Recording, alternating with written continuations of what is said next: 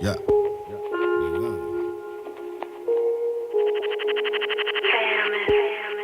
Living legend like a star, huh?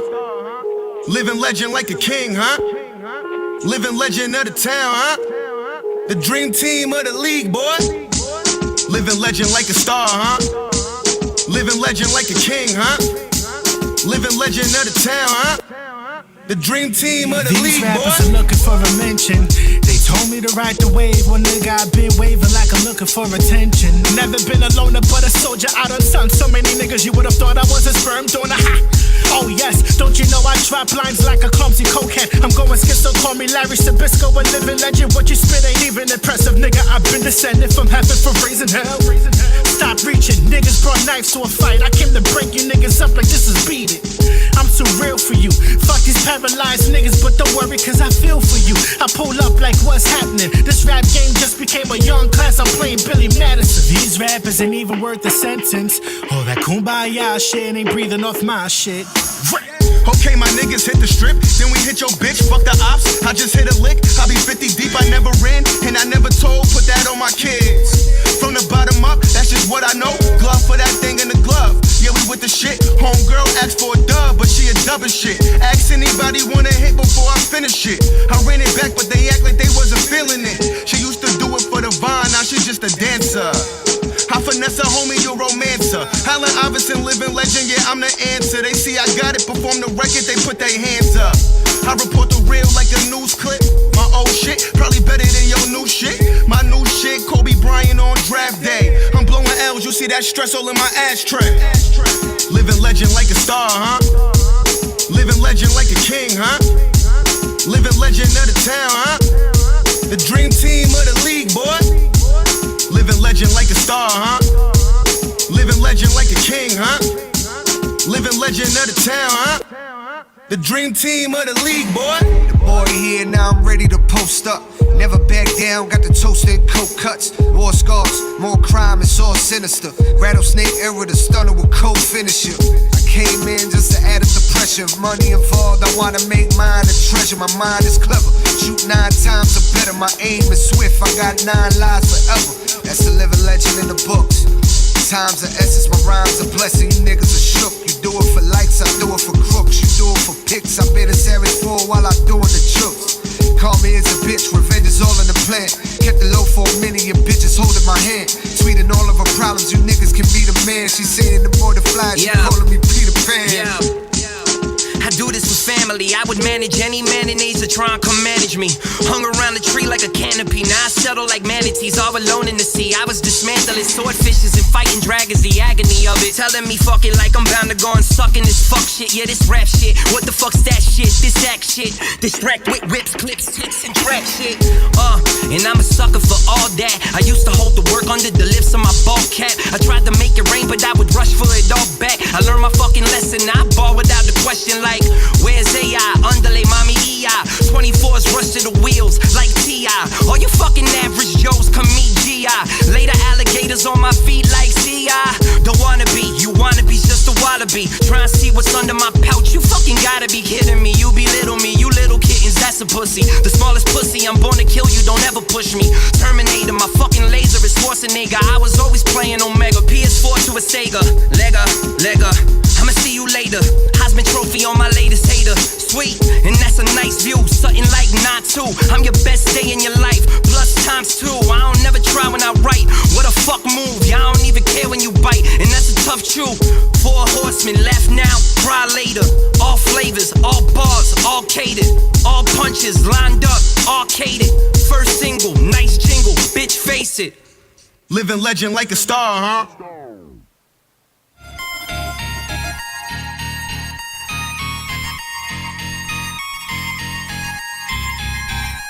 Yeah, big Talk and Brewskis. Marissa Smith is who you see. Water cooler combo in here. Crack a cold one, we're on the air. Big Talk and Brewskis. Marissa Marissa Smith is who you see. Water cooler combo in here. Crack a cold one, we're on the air. Kicking back, having a few beers, we're chatting. Pull up your chair, we're all relaxing. Any subject, we never dismiss. Big Talk and Brewskis with Marissa Smith. Comedy, sex, relationships, more. Any subject, we got it in store. Big Talk and Brewskis is coming in live. Crack one open, Marissa has arrived. Big Talk and Brewskis with Marissa Smith. Yeah. Hey guys, happy Friday. This is Big Talk and Brewskis. I'm Marissa Smith. It's snowing right here in the NYC. It is snowing in the NYC. It is. I've got Rodney Daniels with me. What's up, guys? I'm Rodney Daniels. I just had a little malfunction. We had some technical difficulties. And we've got Elsa Waith with us. Hello. Back again. Elsa might be one of our most featured guests. I really think so. I will accept that honor. I enjoy this podcast every time I come on it. So We enjoy having you, so thank you for coming again. definitely is big talk. It ain't a bunch of bullshit. So I appreciate that.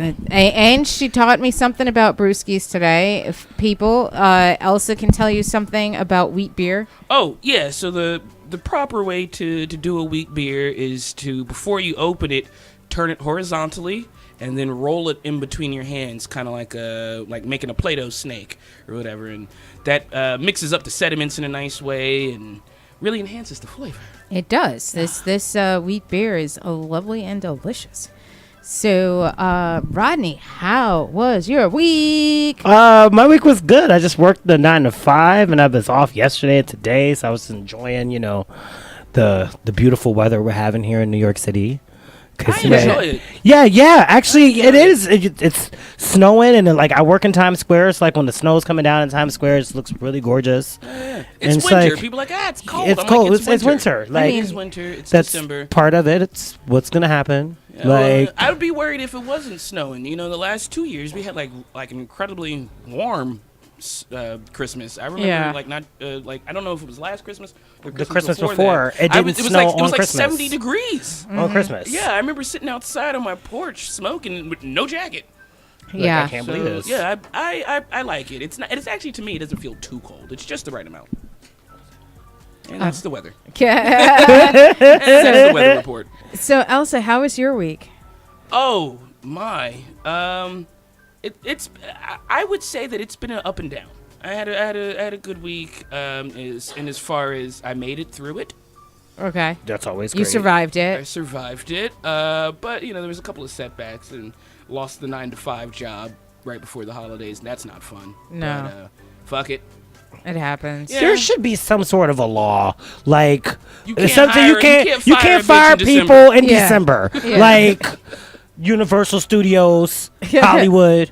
Fired me like 3 days before Christmas. Oof. Like, bitch, Oh, that's yeah. so rude. It's just like, ew, can you not step on my pubes right now? Right. Like, you realize this is why people commit suicide. don't you? Hello? Okay, like, stop, don't do that to me. Merry Christmas to me, huh? And I mean, like, I hated the job anyway, but it's like getting broken up with a nigga you was about to break up with anyway, but he beat you to the punch, and it's like now I feel stupid. Yeah. I was gonna break up with you in 2 more weeks when I had some more shit figured out, but Yeah. Right, this is the best time to break up with somebody, though, because then you don't have to buy them a Christmas gift or a Valentine's Day gift. Like, Well, see, last year I did that. Like, I broke up with my boyfriend last year, like 3 days before Christmas, but I had already bought his present. oh, that's a re-gift. That's a smooth re-gift right there. no, she No, I used it used it herself. myself. Oh, okay. I bought him. I had bought him tickets to a football game, and it was like 8th row tickets. Ooh, you got the good seats. Yeah, Yeah. I got him good seats. I mean, we were together at that time, like for like a year and 3 months. So I thought, like, oh, like I'm gonna like. Right. Like I'm gonna do it up, and like he had taken us to the Poconos for our anniversary in November, so I felt like I needed to like, Reciprocate. yeah. But Marissa, what did he get you? He got me a Groupon for singing lessons. Oh, well, I don't know. That's No, that's unique. no. First of all, it's a Groupon. I should know that you got me a Groupon, okay? What? Second Come of all, on. she's not a singer. Like, So try it. It's like I'm not a ballroom dancer, bitch, but if you got me ballroom dancing lessons, I'll go learn how to ballroom dance. Yeah, but Are you like mad at the Groupon part? Is that what it is? I'm mad at it I all. was mad at the Groupon part. I It's was just mad- 2017. Life is hard. I need to. You better catch me a discount every single wear on every single thing. If I go on a first date and the bitch pull out a Groupon, I'm marrying her because she frugal. Like, it's not like he couldn't afford a gift though. Right. She got him 8th row tickets to a game. And he got a Groupon. I don't know, yo. You might lose me on this one. I think it's kind of cute. But if y'all had okay, look, if you had other All right, issues going on, Valentine's Day, he got me a T-shirt. okay. So All right, it's not. He's not a good gift giver. That's all it is. Yeah, but that's a lifetime of shitty gifts. Who has time for that? That's true. That's true. Like, you Okay, should ask that's somebody. You know, and I'm yeah. not saying that I need like expensive gifts, like more thoughtful stuff. right. Like there was this one guy I dated, and like I had called him. I was having a really bad day at work, and he's just like, "Oh, you know, come over to my place, and I'll have something nice for you." And I'm like, "All right." So there's like a posted on his front door, Yeah. come in. And so then I go into his apartment. All the lights are off, and he lined the hallway with candles. And then at the end of the hallway was like 2 champagne flutes. Oh, Then okay. Then I got into the living room, and it was a pizza and a bottle of champagne. That's okay. So what I'm hearing you say is it's the effort. So she went from that to a Groupon. Okay, I see. Okay, I see. Now I get it. Now I You know what I'm get it. saying? Okay. Like, granted, the pizza like was probably like $12, and the champagne was probably like $6. It's the but thought it and was the effort. exactly. I see. It does. It's not the money part. Yeah. It's like, and this is just like a Groupon, and it was just like from boyfriend. Ooh. Okay. All right. Okay. All right. You've painted the picture here. I get it. Right, especially if I never even mentioned singing lessons. Like, you just, out of nowhere. Oh, you singing had lessons. never even expressed. I like karaoke, but that doesn't mean I want to take singing lessons. Right. Right. Okay. Oh, baby, you heard your karaoke. All right, fuck you, Rodney. Maybe a better gift would have been. We want karaoke after this. Maybe a better gift would have been a karaoke night or something. Or, like, No. I don't know. it wouldn't have. It would have been better. Like, even if it was like I don't know, a coupon for a massage, like something like. Oh yeah, couples massage. That's like always that, a good gift. That would have been fine. Yeah, like, I did that for Heather. I sent her to a massage. yeah, like My that's partner Heather. I'm not just like saying a random. Right, random. woman. Ooh, Heather. I just long- got how this long one have chick you- a massage. How long have you and Heather been together? Well, see, we met on Thanksgiving, so the holidays are actually. Oh, your anniversary. That's our meet-iversary. Okay. Is Thanksgiving, and then I came back over her house for Christmas, and then I called her and asked her out on a date on New Year's Day.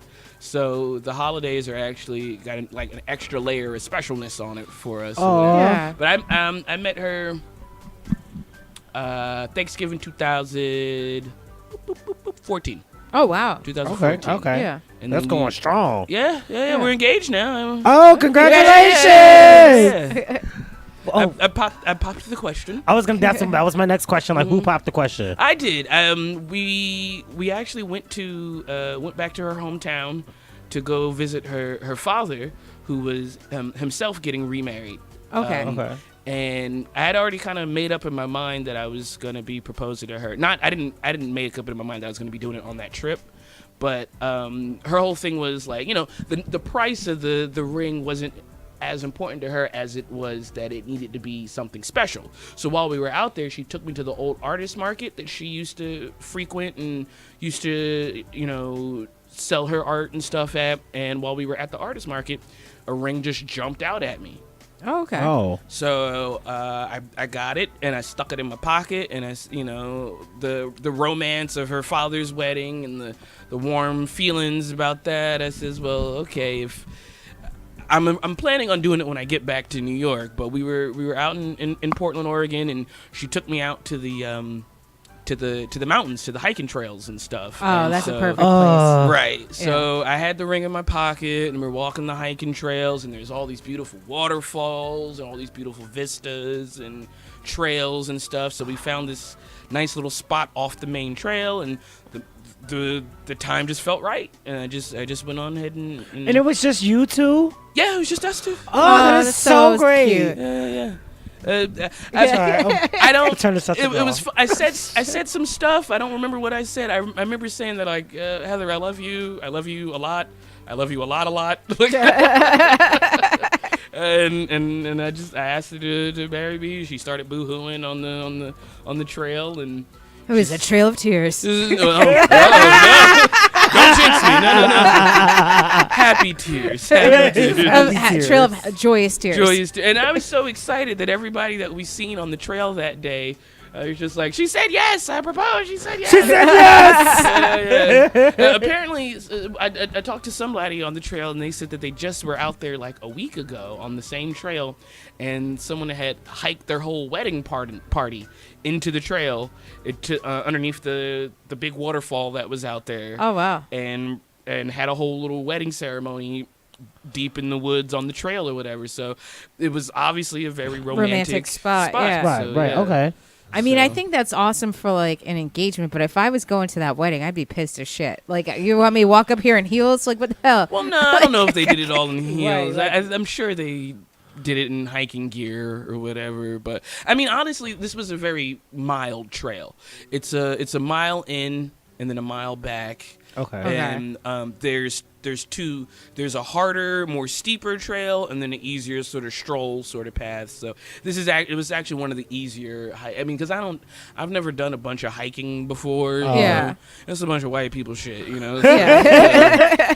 But it was beautiful and it was great, and she was like, "We'll do an easy trail or whatever." So we got halfway out there and was like, "Why don't we switch to the harder part of this trail?" So Okay. So it wasn't that bad. It wasn't that bad or anything. It wasn't like, because I lived in LA, and like that's everybody does hiking. Like that's Yeah. everybody goes hiking, and there's a trail called Runyon Canyon. I don't know Oh if you- yeah, I've heard of that one. This like a lot of celebrities do, but this shit is so fucking hard. Yeah. Like literally, you're climbing up a mountain. Yeah, Like no. literally climbing Yeah. up a mountain. It's like a long walk on a like a medium sort of incline, and there's lots of little dips and twists and stuff. So it's not too stressful or arduous of a walk. There's a lot of old people out there with they walking sticks. You know what I'm saying, getting it. So I'd Okay. bitch if I walk 5 blocks. Yeah, you do. Yeah. You want to hop in a cab? Like it's just down the street. No, it's gonna cab. Like It's like down the street where, like, and you're like, oh, it's just another couple of it's, I'm blocks. like, oh yeah, it's like 10 blocks. You're like, I'm like, what? 10 blocks equals a mile. Damn it. It's like, yeah, no.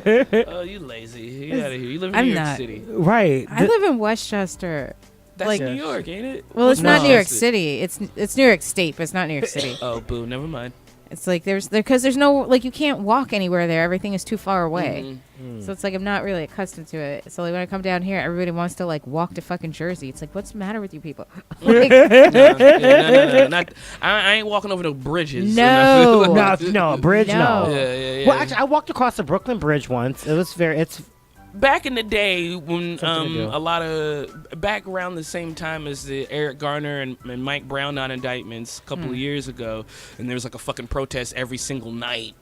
We walked across the bridge a couple of times and shut down the bridge. So that's my experience with the bridge, and I can take the train across it now. It's good. I've been there. I've seen it. All right. I was like, I went on a first date with this guy once, and he wanted to like walk across the 59th Street Bridge, and I was like, no. And he's like, well, why? It's like a nice view, and I'm like, I don't know you. I'm not crossing a bridge with you. It's like news at 11. Woman thrown over a bridge. It's like, well, why was that bitch walking across the bridge with a stranger in the first place? Like, That's when you live stream the walk over the bridge. it's just Right. like, oh, and what was Let your name and everybody your know. address again? Right. Birth date, please. Right. Can you speak that into my Like, lapel pin? "Ah, I can't swim. Like, Can you swim? not well. Oh well. Not well. Can you swim? Oh, yeah, I used to be a lifeguard. Oh, okay. Oh, okay. Yeah. Yeah, no. I can In high I can school. not drown. Oh, I okay. cannot drown. Yeah, that's about it. I Yeah. can do like some little doggy paddle and a little like froggy stroke. And No, that's Yeah. about I be it. doing laps. Like, Oh, okay. Oh no. yeah, Black folk gotta learn how to swim, dog. yeah, This no, is for true. real. This is true. Too many of us drown. A lot of black people drown. A lot of black people drown. Yeah, We yeah. ain't got pools, son. We don't got pools. Yeah. No, that's just actually statistical evidence. Like, black people don't know how to swim, so we drown a lot. This is true. That's why I don't fuck around with the water.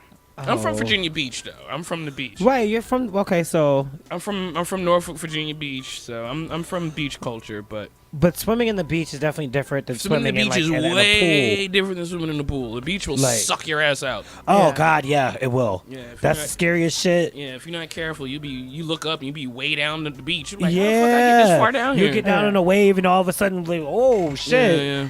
Yeah, no, I don't really get in the water in the beach. I just don't trust it. And that and the fish, I don't like. Oh yeah, I stepped on a fish once.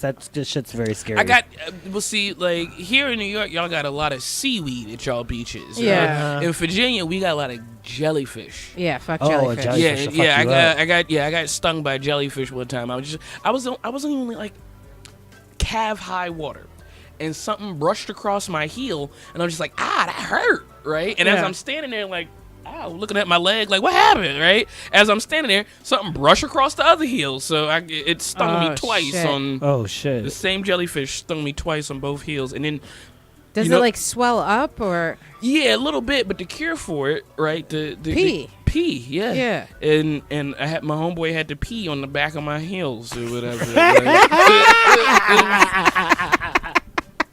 Oh Because it shit. stings so bad. And then another time I got stung on my earlobe by a bee. Oh I got yeah. stung right on my earlobe, and that swelled up so fast it popped my gauge out. Oh shit. Oh fuck. Yeah. My ears swelled up so hard it pushed the whole damn thing out. I'm just standing, and then you can't pull the stinger straight out because it's still got the poison sac attached. Yeah, yeah. Yeah. And so my homeboy went and grabbed it and squeezed more poison into my ear. I was like, "You bitch, like, you bitch!" Oh, so my the God. whole half of my face was all like. So Yeah, I'm allergic to bee stings. I can't get stung by a bee. yeah. Oh But shit. yeah, I don't. But like that's like like jellyfish. Like that's a bad day. Like you got a golden shower and a jellyfish bite in like the same day. Like, The same day. That's like a bad day. Was it worth that beach day? You know That's how, like, fuck the It beach. probably was, because like I know I love the beach. Yeah, I mean, I'm lukewarm about the beach, having grown up there. You know, it's where the land meet the water. Okay, Yeah. you seen one beach, you kind of seen most of them, but Yeah, I think I'm like too type A for the beach because I feel like I need to be doing something. And like just sitting there, it's like, okay, you can sit there or you can go in the water. I'm not going in the water. So I'm just sitting there. And then after I have like one cocktail, I'm like, all right, I'm ready to go in. smoke a Yeah, joint. yeah. You smoke. You bring some wine. Yeah, bring your radio, lay out. Yeah, you just lay out and relax. Yeah, lay yeah, under the me- But sun. I don't Me and Heather relax. love some. She said, "I don't." You don't relax. I don't. Okay, well then, never mind. This is. Or bring a book. You Too much guys, glare. I wanna discuss the white fuckery of the week. White What fuckery of the week? Ding, ding, ding. I want to discuss some white fuckery, you guys. All right. So now, what is the white fuckery of the week? I mean, white people be fucking up every week, but I just like to pick one thing to get angry about. Or is this Okay. like? Okay, go on. Hey, there was a lot of things going on this week. I know there was a lot of white fuckery this week, but I want to talk about that smush face kid Keaton. Okay. Okay. So now, for people that don't know, who is Keaton? So he like a little smush face kid, like he looked like a little hammerhead shark or something. I don't know. Okay. Okay. I don't know. He got some sort of issue or whatever. I ain't super trying to fry the kid or whatever, but fuck him too. But he get on social media. His mom videotaped him because I guess she got to pick him up from school. Oh. And he crying about the kids at school bullying him. And something told me not to click this video, right? I haven't watched it. You haven't watched it? I ain't watched No. it neither. It made me tear up the first time I saw it. It was so like. And you know, because without all the extra information, it was sad. The kid got a little funky looking face, and he talked kind of funky, so you could see some kids probably fucking teasing with him right? and And, like, fucking with him. the, or the whatever. kids used to fuck with me when I was growing up. I got Yeah. bullied. I got used to bullied get too, I used to but- get bullied too. Yeah. I had really big lips. Like my lips was this size when my head was still small. Oh. So yeah, I right? was gonna say, 'cause you still got big lips. I know. I grew into them. They're voluptuous now. Yes, as a voluptuous. child, they were just huge. Okay, and they were big, and I was a little kid, so they was always chappy too. So you don't know how to super take care of yourself as a little kid just yet. So Yeah. the kids used to tease me all the time, right? My mom told me, she says, and this is how I think my mom taught me how to be a comedian. She said, what you got to do is you just got to find the thing about them they don't like and just zero in on that shit. Yeah. She was like, as soon as they start frying your lips, you be like, oh, well, that's why your forehead look like a movie screen. You know what I'm saying? And Yeah. just don't let up on it, right? So I got teased too, but I also didn't have a weird face, you know? But come to find out, Twitter does its thing. Internet is a bunch of goddamn detectives, and it don't take too long for them to figure out that the mom is possibly racist. She got pictures of her holding Not up. possibly. Not No, possibly. I'm gonna couch it with possibly, but then no. The story got better because then not only is the mom got pictures of her holding the Confederate flag and admonishing the NFL players or whatever for being black. Couple of days later, we find out that her ex-boyfriend, The father. the father of this kid, is Uh-huh. also a white nationalist, a Nazi. He got Nazi tattoos and White power white tattooed power, on him. white power memes all over his Facebook, or Like whatever. Aryan Nation tats Aryan from the Brotherhood. jail. He's in jail right now, though. So to me, even if she wanted to sort of like hide behind the Southern heritage thing with the Confederate flag, which that's racist anyway. That's still racist. Right. That's still racist anyway. That's- Even if you wanted to give her the benefit of the doubt with that, you was definitely a so You're you was, fucking an Aryan brother. right, and you got to know that ain't right. Right. I mean, you should have known something was up when you were like, he took his shirt off and he's like, oh, why does your stomach say white power? Ooh, you got two got a S's on your neck. swastika- a swastika on your chest. Ooh, you got two S's on your neck. He's that got feels like uncomfortable. CWB like tattooed on his that's neck. that's the crazy white boys. Yeah. that's a racist gag or whatever. But what I want to say is that I think, for one, it's a testament to black folk about how loving and caring and accepting we are. That without any question, for real, we just straight up started donating to this kid. Something told me. Right, because he had all the black people was donating to Yeah, him. all It's the like, celebrities. oh, All this little the kid is getting celebrities, bullied. Poor little boy getting bullied. It's like, well, maybe you're getting bullied because your parents are racist as fuck. Yeah. Listen, I know. I'm from the South. I knew kids like him that, might have been slow or might have been a little deformed or whatever, but was still also shitty kids. But would think that people were making fun of them because, like, I'm slow. Like, no, we making fun of you because you're shitty. You're being an asshole. You know what I'm saying? You're trying to maybe hide behind your disease or whatever. There was this one kid, Chuck. Chuck, you think of any nerd stereotype, that's Chuck, okay? Pencil thin, redhead, super thick glasses, fucking crazy lazy eye, rolling backpack, you know what I'm saying? Like, that kid. The whole nine. The whole nine. Every nerd stereotype you got, it was that kid, right? Like, cartoon character nerd. But we didn't super make fun of him because he was nerdy. Like, we made fun of him because he would always overreact about things and like, you don't know this? I'm like, no, nigga, we don't. That's why we all in school, dumbass. Like, stop making us all feel shitty. So then people would make fun of him because he was being an asshole, I mean, I don't think, for one, that I think a lot of people don't understand that black people, like, the way that we show that we like you is that we have to fry you for like 5 hours first. And if you survive the fry session, then you good. Like, Yeah, I got fried. like I bet you they was just trying to fry him to test him or whatever, and he started throwing around the N-word, because like that's what I want to hear. Nobody talked to these other kids who supposedly bullied him. Right. We just took his story, Right. Right. and that's a white privilege for you right there. We ain't even got to look into the rest of the story. I wasn't like, I don't know, and I feel bad about it, but like, I wasn't even interested in finding out what was going on with this kid, because I just feel like millennials and like these like really young kids now, they're like just so soft. And it's like, we used to get bullied all the time. I got bullied. I was like one of 3 black kids in my elementary school. I got the shit kicked out of me every fucking day by boys. I have no interest in this kid. Like, oh, he said that my sneakers were last season. Wah. Like, I have no interest. I think it's 2 things that are happening right now.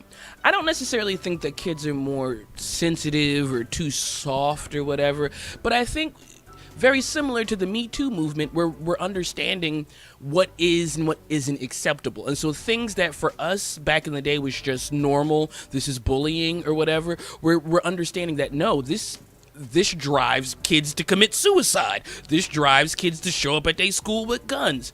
And I think part of it is just speaking up and being more aware. You know, if you look at like the Me Too movement, you got guys walking around talking about, I don't know if I can talk to women anymore. It's not like dudes are out here losing a job because you gave somebody a compliment. You know what I'm saying? Ain't nobody losing a job because you you gave somebody a compliment. Hey Karen, nice dress. It's like, no, you pulled your dick out. You know what I'm saying? Like, like you grabbed her by the coochie, right? You know. So I think what we're doing is we're similar with the Me Too movement, is that we're understanding that certain behaviors are not acceptable, or that we should not brush that off, or this is not normal bullying or teasing or whatever. I think there's a difference between teasing and frying and ribbing and like bullying. And I know growing up that I had certain friends or kids around who were maybe mean to me, and then I also had kids who were like straight up bullies, you know?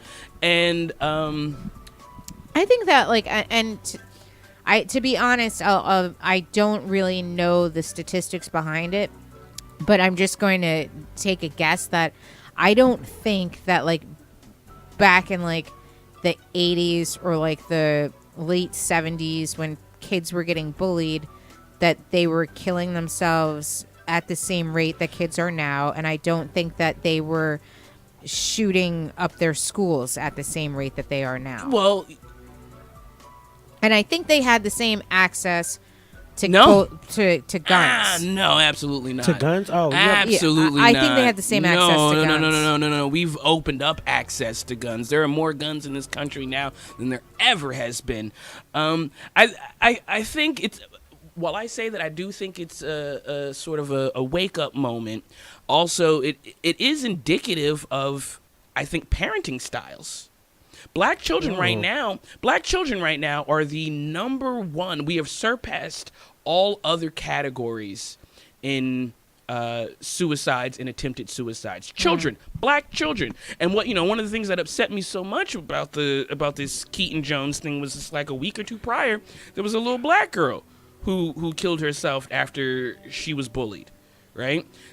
Several weeks prior to that, there was a little girl who killed herself because her parents uploaded a video of them punishing her, which to me was just child abuse, the video was. But I think we as black people, for one, we have got to stop hitting our children. We have got to stop hitting our children. We must stop doing that. Every single piece of science, evidence, research, studies show that you only reinforce whatever problem you're trying to solve. And yeah, you might fix it in the short term, but you're setting your children up for drug abuse. You're setting them up for alcohol abuse. You're setting them up for dysfunctional relationships. You're making them more antisocial. You're making them acquiesce to authority. If we're supposed to be raising free-thinking and independent black children, why are we hitting them? It's shown that hitting children affects their IQ. Like, that's for real, And when you look at a child who has committed suicide, that means that they have decided that there are no other outlets for them. That means that they have decided that their parents are no longer outlets for them. And that's a parenting failure. That is a parenting failure. I don't know. I was spanked as a child. And you turned out fine? Yeah. So if you think hitting children is okay, do you think that's fine? I mean, not that I say I feel like hitting children is okay, but I do think that like there needs to be some sort of discipline. I feel like Got you. But why does discipline automatically mean physical? Not like physical, not like you're punching a child in the face, but a smack on the bottom to tell them not to touch the stove because the stove is hot. Let them touch the stove. No, let them touch the stove. No, not that. Now you're being the parent to let the kids touch the stove. No. Because here's the thing: if you understand me enough, right? Like, there's a really funny pie chart online. It's a meme, right? It's should I hit my child? Are they old enough to understand? No. Well, then they're not going to be old enough to understand why they're being hit. Are they old enough to understand? Yes. Well, then talk to them. Teach them. What you've taught your child by hitting them when they're wrong is that physical violence is okay if I think you've messed up. And people say, like, I'm trying to prepare my child for the real world. I've been an adult half my life now. I have never fucked up in my job to the point where my boss got to hit me. So what real world are people talking about? I don't know, Marissa, how do you feel? I'm just saying, if you want to raise children free of oppression, understand that you are often your child's first oppressor. You are often your child's first bully. And they're going to learn how to interact with the world through you. No, I mean, I agree. Like, I don't believe in hitting kids. And I think that in Black culture, we hit our children because it's still kind of a it's ingrained vestige. In slavery. Yeah, it's a vestige of slavery, and it's definitely. And I also think that a lot of that has to, one part just being a vestige of slavery and not being able to get out of that oppressed mindset, and another part I think is a religious background that I think that a lot of Black people are kind of like brainwashed into thinking that in order to have a godly, obedient child, you must hit them. And I think that what's the Bible? Spare the rod, spoil the child. And I think that's a misinterpreted phrase. I think it's telling you to spare the rod and spoil your child. Right. Oh. Spare the rod, spoil your child. I think what it is there's a couple of things. It's been passed down through us through slavery, right? The slave master would often give another slave the whip, and you do it for me, right? Because this is something that I hear all the time, right? It's like, if I don't get them, then the police will. Like, right. The police don't give a fuck if you spanked your child or not. Like, I don't get where that reasoning comes through. Right. Right? But that draws the direct link from let me do it for you so that master doesn't. Because if he does, he might kill you. Right? So that's a direct line from slavery. Secondly, it's also a lack of resources. We don't, you know what I'm saying? A lot of Black people think that this is the way you raise your child because they, A, have not been exposed to any other way, and B, I don't like saying that there are difficult children, but there are difficult parenting situations, right? Right. And so... there are difficult children. No, I don't think there are difficult children. I think there are difficult parenting situations. Nah. I used to be a preschool teacher. Let me tell you, you're dealing with 10, 15, like 5-year-olds. Some of them are difficult. Some of them are difficult. It's because they come from a difficult parenting situation. And I'm probably sure that the ones that are difficult are probably hit at home. Because they don't know how to respond to things or react to things. And they are taught that you solve a problem with violence. So it's like... Solve it with violence, you solve it with acting out. Right. So it's like, you know... My parents aren't paying me any attention, so I'm going to act out. And then when I act out, my parents are going to hit me. But that hit might be the only interaction that I have from them. What I tell people is that oftentimes parenting is the only place in someone's life where they experience or control or power. And it's very easy to get drunk off that power. If you live your whole life, you don't get no respect anywhere else except for your children, very easy once someone gets to a position of power to abuse that power. It's like on a job. If like somebody just gets a promotion and then like immediately when they get a promotion, they turn into an asshole. Like they were chill for like years and then all of a sudden they're a dick. They were an asshole before and didn't nobody catch that. Yeah. So... But I say all that to say it's a lack of resources. We don't have parenting classes in the hood. You know what I'm saying? It's a little harder to seek out this sort of alternative parenting style. And I don't think it's an alternative parenting style. I just think we've gotten used to doing it one whole way. So. But to your point, it's kind of like, for generations, this is what we've seen. Right. Our parents got hit. Our grandparents got hit. Our great-great-grandparents got hit. Our great-great-greats were slaves. And so this is literally generationally the only thing that's been passed down the lineage. And you have to make the decision of when do you stop it. To break that cycle. Yeah. And it might, the thing is, you get addicted to hitting your child because it feels good. There's a problem, you solved it, rush of dopamine. They've shown that hitting someone gives you a rush of dopamine. So you can get addicted to hitting your child. Oh. It also just seems like so masochistic. Like, it is. What's even worse to me is when people tell me that, I thought about it and I calmed down and you still decided to hit your kid. It's like, I don't hit him when I'm angry. So I'm like, so you took time to think about it. So your rational self is still an asshole. So you took time to think about it, and then your answer still was hit the kid. But I say all that to say, fuck that little Keaton kid, dude.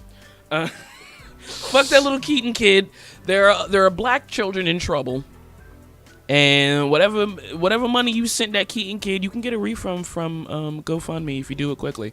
So if you sent money to that Keaton kid, get your money back and find some black children to donate it to. Because it's just going to the commissary for that fucking Aryan brother in fucking jail. It's going to buy all the KKK fresh robes. So it's going to buy that mom some meth and that dad some cup of soups. She's buying a new Ford F-150. It's like a brand new spanking Confederate flag on the back. She's buying a Confederate flag bumper sticker for her new F-150. Probably buying some Confederate statues that they're taking down. It's I don't know. I personally and you can disagree. I just kind of feel like kids today are just too apt to think things are supposed to go their way, and that everything just becomes this big ordeal, and it's the worst thing ever, and blah blah blah. And I know it's amplified by social media. Well, when people say things about kids today, what I like to be, because I'm old as shit. Go on. Well, no, we're the same age. I don't think so. We'll talk about this off the air. Okay. Don't blow up my shit. I ain't gonna blow your age up. Right. But when people say kids today, I often like to remind them, well, who raised today's kids? Well, sure as fuck wasn't me. I don't have any. Right. It wasn't me, but it was people like us. It was so instead people like me don't have children. No, people like me don't have children. But it's our generation that's raising the kids today, or it was our parents. You know what I'm saying? These kids today didn't just pop up like this. We created the conditions for them to be like this. This the technology. Yeah, I feel like the technology that's out now is everything's so instant. They don't have to wait for shit anymore. There's no wait. There's remember back in the day, you had to wait for the Michael Jackson video to come on at the end of the Super Bowl or some shit. Shit, you had to wait for your parents to get off the phone before you could talk. Before you could get on the internet. I mean, honestly, I don't like engaging in this conversation because it makes me feel like a fucking curmudgeon. You know what I'm saying? I am a fucking curmudgeon. I don't like feeling like a curmudgeon. I'm just gonna say that every generation has its problems. The same way we talk about kids today, our parents talk about us. You know what I'm saying? So I just say that every generation has its own unique challenges. But what's gonna happen when if it all just stops? There's no internet, there's no the net neutrality, and then it just stopped. We'll find a way. Kids we'll carry on. We'll carry on, but these kids gonna be fucked up. They'll carry on too. We all gonna carry on. If everything stopped, we'll figure out a way. It's not. I mean, it's not gonna be the end of the world. It's not gonna be the end of the world. We know we'll be fine. In fact, here's the thing: we're millennials, right? And millennials, however you want to define that. Oh, okay. Well, then that just told me how old you were. I think you told me technically I was. I don't know. You are a millennial. Yeah, technically. I'm an exennial. Oh, you in that little cuspity cusp. Okay, Yeah. cool. That's why I don't understand these damn whippersnappers. But here's the thing. Millennials are the first generation, since we've been sort of doing generational research, to be projected to not do as good as the generation previous, right? But also, the generation that's coming after us, the kids today, are projected to do even better than us. So for me, what that means is that millennials are doing more with less. So if we are the first generation to not do as good as the generation previous, but the generation coming up is planned to be doing better than us, then that means we are doing more with less. So I think, you know what I'm saying, the kids are all right, dude.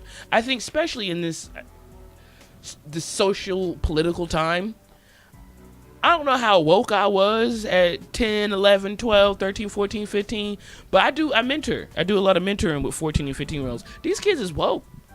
They're engaged.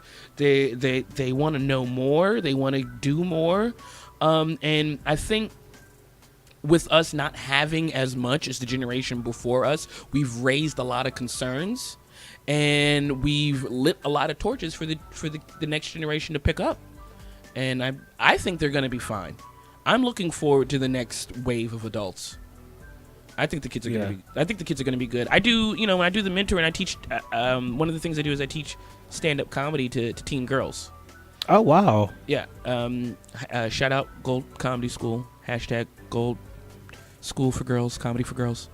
But yeah, I teach comedy to girls ages 13 to 17, and we went to go do a workshop for these girls, and I just start talking, you know what I'm saying? I just start doing the workshop, and I get maybe about 5 or 10 minutes into the presentation, and I pause for questions, and all the hands shoot up, and I call on one of the girls, and she says, what's your PGP? What is that? Your preferred gender pronoun. Oh, okay.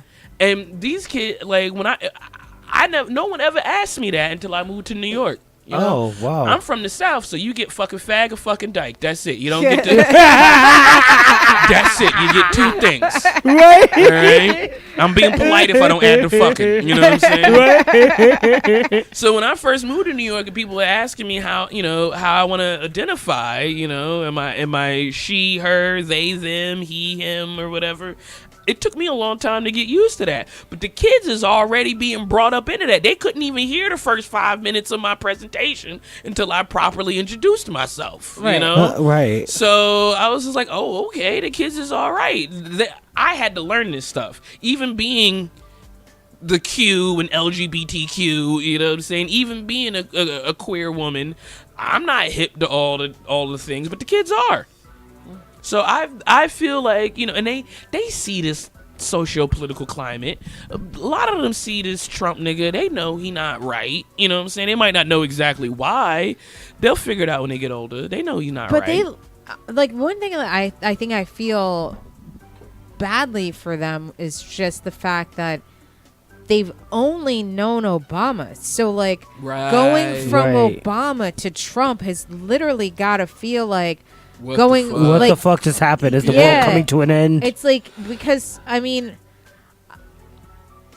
I had like Reagan, then I had Bush. Oh, damn. You know what I mean? It's like, so like, no, I was not around for Reagan or Bush. I had Reagan, I had Bush, then I had Clinton, then I had Bush, then I had Obama, and then I was like, when I had Obama, then I was just like, oh shit, we're finally turning a corner. And then we went to Trump, and I'm like, oh fuck. But you know what? And I mean, I also had Carter, but I don't remember him. Go on. Wow, you gotta. Okay, you gonna tell me how old you are after this? I use a lot of moisturizer. Okay, black don't crack. Okay, you gonna look like this forever, boo. You should see my mom. Okay, yeah. But I think, and I had to wind up apologizing to my partner for this, because when during the Republican primary season, before it got down to just Trump Hillary, she was crying one day that Trump was going to win the presidency. And I'm just like, what are you talking about? Like, this guy joke runs for the president, like, every time, right? Like, he's not going to... That's what I thought it was, like a joke, like a Ross Perot, like... Right, he don't never make it out the gate, right. right? He don't never make it out the gate. But she was like, every time there are large, huge strides in social... social politics, gender politics, racial politics, there's always a huge backlash. Right. So for 8 years, these motherfuckers been fuming, trying to figure out how they gonna literally make America great again, you know? And I'm laughing at her because she crying about it, right? And then the closer it got to like, oh, I think this is a real possibility, I had to apologize. I'm like, I should not have laughed at you. But this is where we are right now, is that we've made so many strides as far as queer rights and trans rights and women's rights and you know, big strides for people of color, that it's kind of just the natural course of things to whip back in the other way. You know, like when you look at the abolishment of slavery in this country, right? That's when a lot of these Confederate monuments went up. Right. You know, obviously right after the Civil War, to honor whatever Civil War Confederate heroes. But then again, there was a huge push right around the civil rights movement. You know, it was to kind of remind you of your place and put you back down. So as you know, so we fast forward to now, as like trans and queer people are getting more rights. Well, then we're going to tell you where the fuck you can pee at. You know what I'm saying? As women are getting more rights and almost touching the presidency, well, now we got to shut down all these goddamn women's clinics and so that's the thing. For every, it's like one of those, for every action there's an equal and opposite reaction or whatever. Yeah. So we're in the reaction, right? But then again, you look at what happened with Roy Moore down in Alabama. When you have that equal and opposite reaction, then there's another reaction, and the pendulum swings back the other way. But now that was black rage. Yes. That was not... now, this is where I kind of feel like we're losing more ground because... So now with Trump, he won 53% of white women voters. Ray Moore won 63% of white women voters, which means that a pedophile gained 10 points compared to Trump. And so now we have this whole Me Too movement. But actually, if you break the numbers down a little bit further, Roy Moore underperformed. He did not get the same numbers that Trump got just last year. So while he did get 63% of the vote, he did not match the same numbers that Trump did, which also means to me that Republicans are jumping ship. A lot of them are jumping ship, or at least for the moment. He did not match the same numbers that Trump got. Even it's a smaller sample size with a larger percentage, but I think that it speaks volumes to the fact that he percentage-wise gained ground. Although it's a smaller sample, percentage-wise, these white women, even with Me Too happening, even with because you will always be more aligned with your skin folk than your gender. That's internalized misogyny that women deal with all the time. It's the same thing in the black community, where black people will continue to support someone shitty. R. Kelly, we will continue to support someone shitty simply because he's black. If R. Kelly was white, we would have gotten rid of him. I think that out of all of these sexual offenders, he's the only one that's a type A, because these guys are just groping women. He's got an entire fucking sex cult, because that's the black tax. Right. You can't just be grabbing a pussy. You need a whole fucking sex cult. You need a harem. Right? But no, it's proven. It's sort of been proven, and you've seen it in the last couple of years, that women will align themselves with their skin folk rather than with other women. And that's what keeps a lot of white women from being able, because it was black women who overwhelmingly swayed it for Doug Jones, right? Wait, back to R. Kelly for like 2 seconds. You guys hear what happened to him? Because that shit I feel like was karma. like major. Oh yeah, karma. they busted No. his house. Yes, so Wait, like wait, he, all right, a break guy it that down. he Busting his worked house. with for like 20 years, like has worked for R. Kelly, waited for him to go on tour, and then stole all the shit Everything. out of 2 of his Atlanta houses. He has 2 houses in Atlanta. They took every fucking He's thing. shooting a video walking around his house. His shit is It's empty. empty. It's either they empty took or the overturned. washer and dryer. Oh, Like shit. took fucking everything. His shit was He had either those the room was Tide either Pods? cleaned out or the room was flipped over. Right. Everything. And the man did the shit genius. He hired a fucking moving company. They came, didn't realize that they was moving stolen shit. Hell yeah. Like- That's karma for your ass. So I don't But feel that's bad. karma. How did he You can't not be get peeing caught? on these girls for years, these little girls, and not think some shit's gonna happen to you. But like, thank you. How did they not catch this dude if he's like stealing? I gotta have to roll.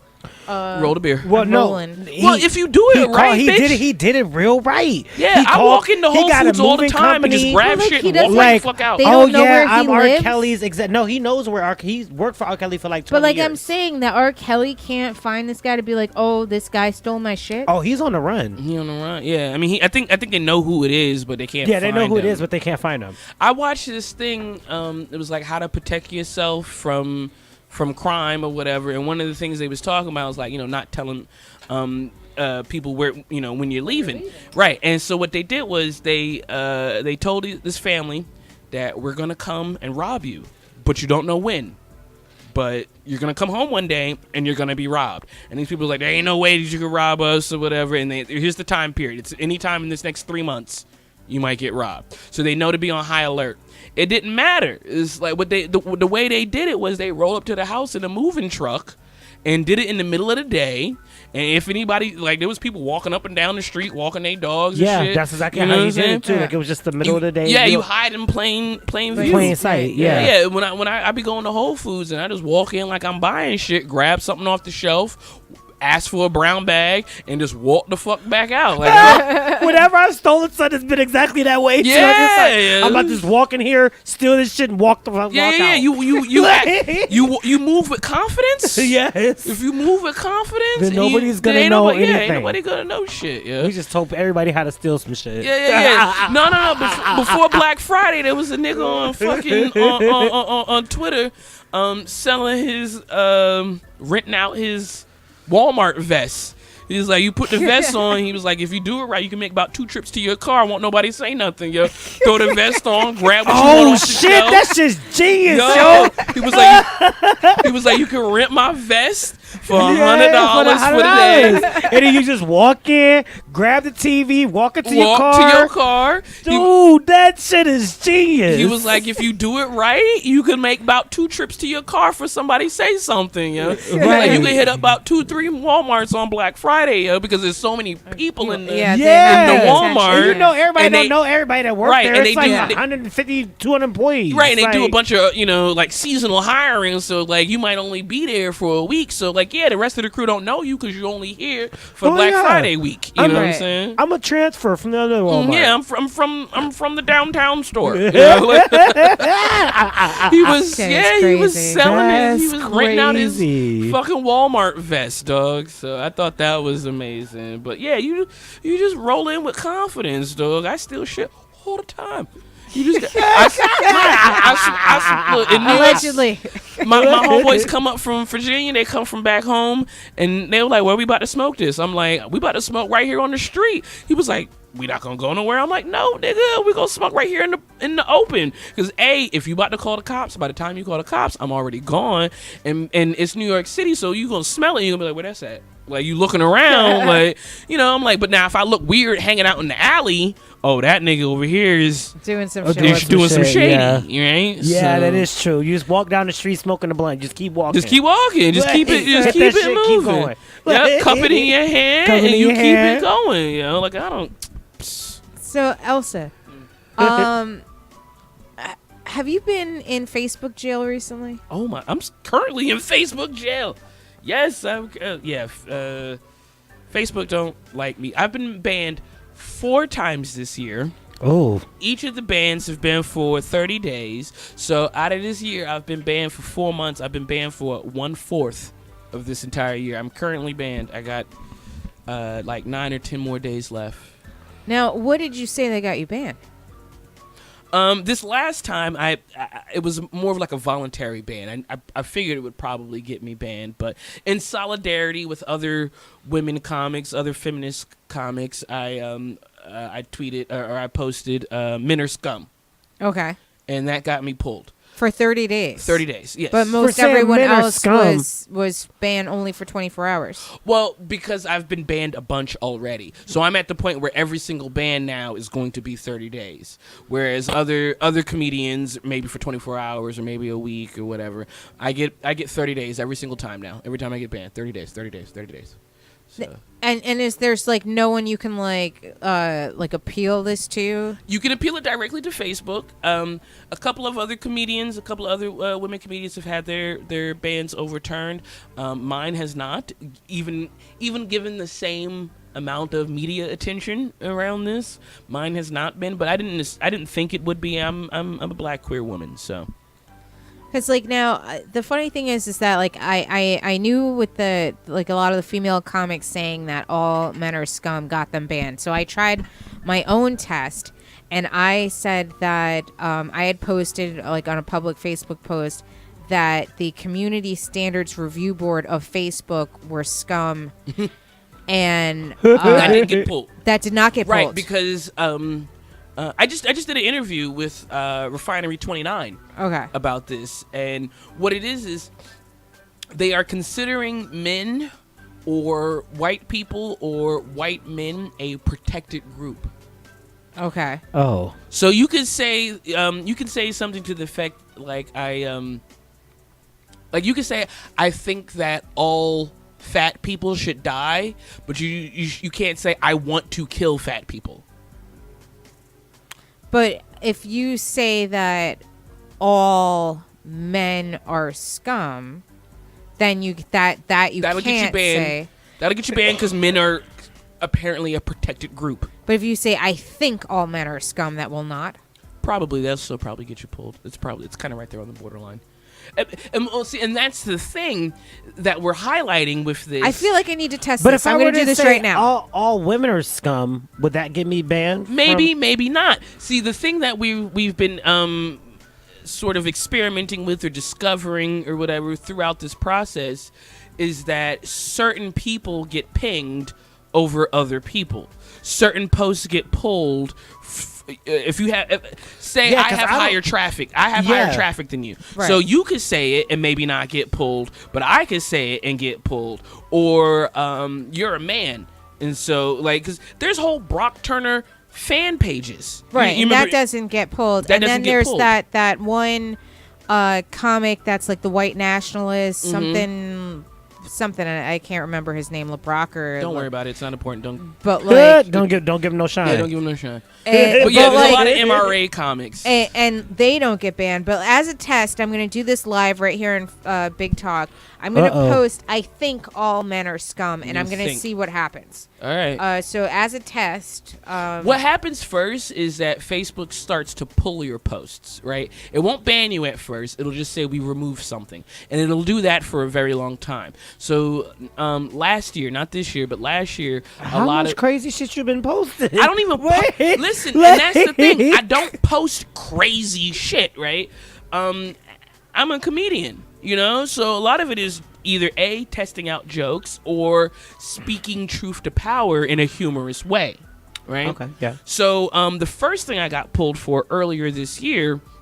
Well, and here's the funny thing is sometimes you can post something and it'll be months before they decide to pull it. So you'll forget all about it. So I posted something last year when Trump was talking about the Muslim ban. He wasn't the president yet, but he was just first floating at, as a campaign promise, a Muslim ban, right? So I had found I didn't even type this. It was a picture that I found that somebody at a protest, they had a protest sign that said, deport all white people, right? And so, just to highlight that's a funny joke, too, like shit. Just to highlight the absurdity of a Muslim ban. Right. Or building a wall. Or building a wall. So just to highlight the absurdity of it, right? Like, let's ban all white people too, right? Like, oh no, that makes you uncomfortable? Why does that make you uncomfortable? But not ban Muslims, right? That doesn't make you uncomfortable. So I posted that picture. But that was last year. Then it wasn't until January. It wasn't until right before the inauguration that post got pulled. That post got pulled, and I got a 30-day ban. But at that point, I already had a 24-hour ban. I'd already had a week ban. So at that point, everything I did was going to be 30 days. So that was my first 30-day ban earlier this year in January. Okay. Then some months go by, and I think it's like in about April or May or something. It's prom season. And I seen a thread on Twitter that I recreated on Facebook, and what it was it was a bunch of men standing around with their daughters, with shotguns, standing around with their daughters and their daughters' prom dates, and basically like, you know, fuck with my daughter and I'm gonna shoot you type shit, right? And so I says, here's the thing: men know that other men are trash, which is why this is popular. Right? So, and that post got pulled. Initially, I thought it got pulled because of the guns. And maybe it was like a threatening nature or something. Right. It wasn't until later on that I started seeing other women getting pulled for posts that were critical of men that I was like, oh, maybe it wasn't the guns, but maybe it was me saying men are trash. Right. Then I got into a heated Facebook argument, and I made a joke about I just want to be done with Facebook again. I think I want to get banned again. So men are trash and deport all white people. So I made a joke about getting banned, which subsequently got me banned. Right. So that was the third time this year. And then this is the men are scum. And then again, even though I knew that would probably trip them off, and that I would probably be one of the first to go, or whatever. It actually wasn't It wasn't until like the next day. A bunch of other women had their posts pulled. No one had got banned yet because no one has my ban block history or whatever. But no one had gotten banned yet. But I was one of the first couple to get banned. But it was a full like day before I actually got banned. So now, just to keep everybody posted on Facebook, I as a test. Because we're trying to figure out if it's the all men that's the thing that gets you banned. So on Facebook, I just posted, I think all men are scum. Hashtag big talk. Hashtag test the block. So if you guys want to follow that, we can see. I might get banned. Right. I might not get banned. The only other thing is it might be months before it actually happens. And it could get months. My first ban didn't happen. And I think I made that post in August or September. It was before the actual election. But then it wasn't until inauguration, like a couple days before inauguration, did I get banned for it. Oh. But I think it's so interesting that like so many men can call women cunts on Facebook and they never get banned for anything. Yeah. But if you say scum, then all of a sudden like you're banned. Well, you have to think about who is in the Facebook offices. Tiny dick men. Right, and you 3 inches. When you look at the makeup, 3 when they're hard. When you look at the makeup of Facebook, you're looking at a lot of white men. So, I think what we're not. They get their little tiny dicks in a bunch. Ew.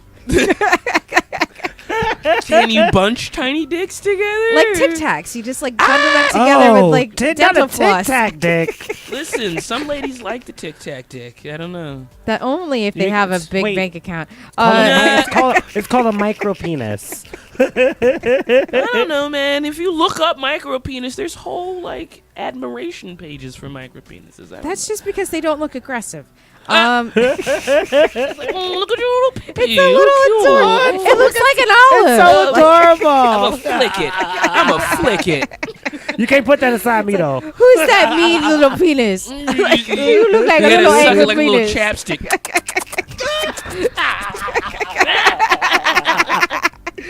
All right. We're gonna have to take a break before we start the next segment. Word. I don't know if you have to go anywhere, but feel free to stay if you can. I might. I like you guys. We like you too, Elsa.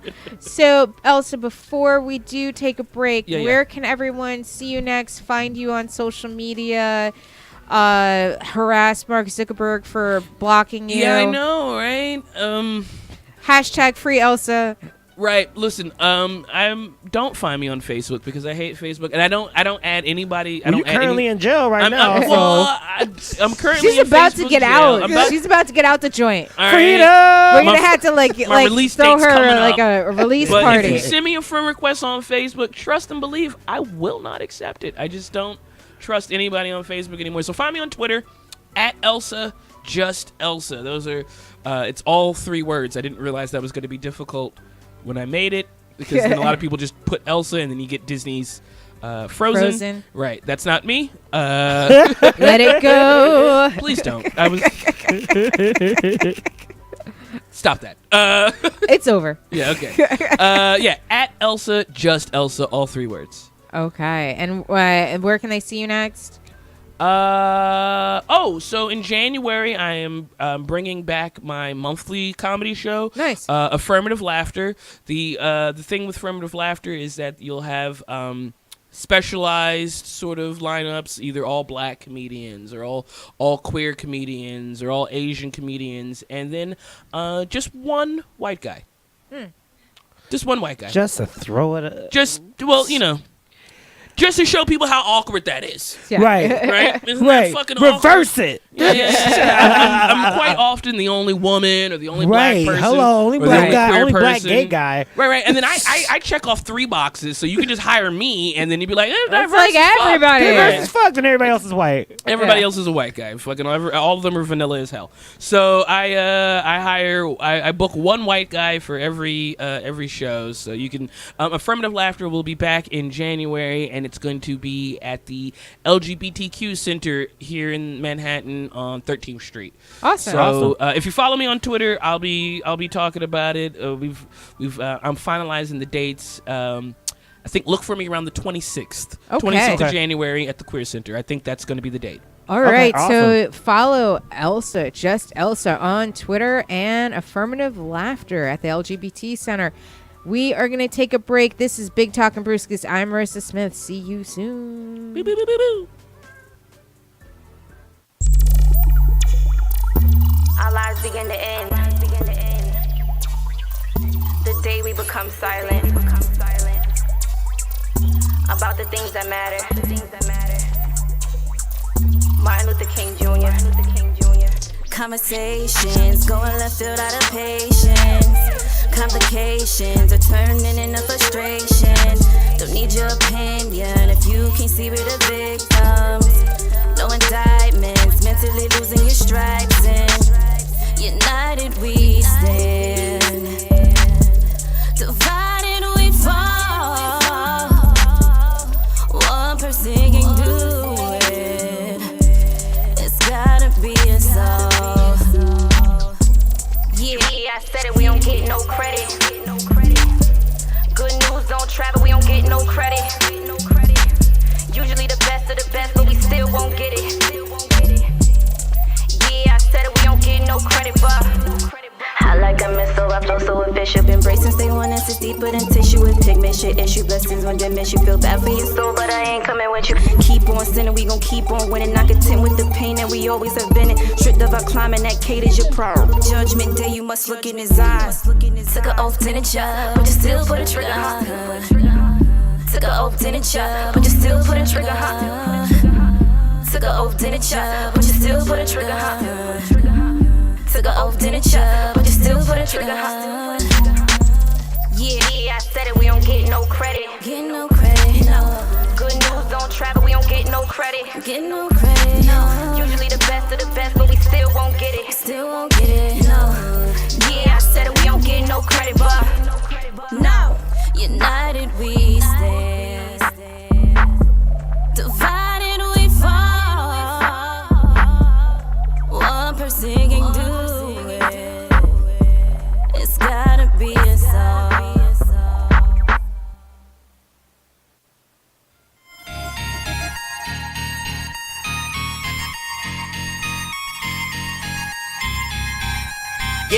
Big Talk and Brewskis. Marissa Smith is who you see. Water cooler combo in here. Crack a cold one, we're on the air. Big Talk and Brewskis. Marissa Smith is who you see. Water cooler combo in here. Crack a cold one, we're on the air. Kicking back, having a few beers, we're chatting. Pull up your chair, we're all relaxing. Any subject, we never dismiss. Big Talk and Brewskis with Marissa Smith. Comedy, sex, relationships, more. Any subject, we got it in store. Big Talk and Brewskis is coming in live. Crack when open, Marissa has arrived. Big Talk and Brewskis with Marissa Smith. Yeah.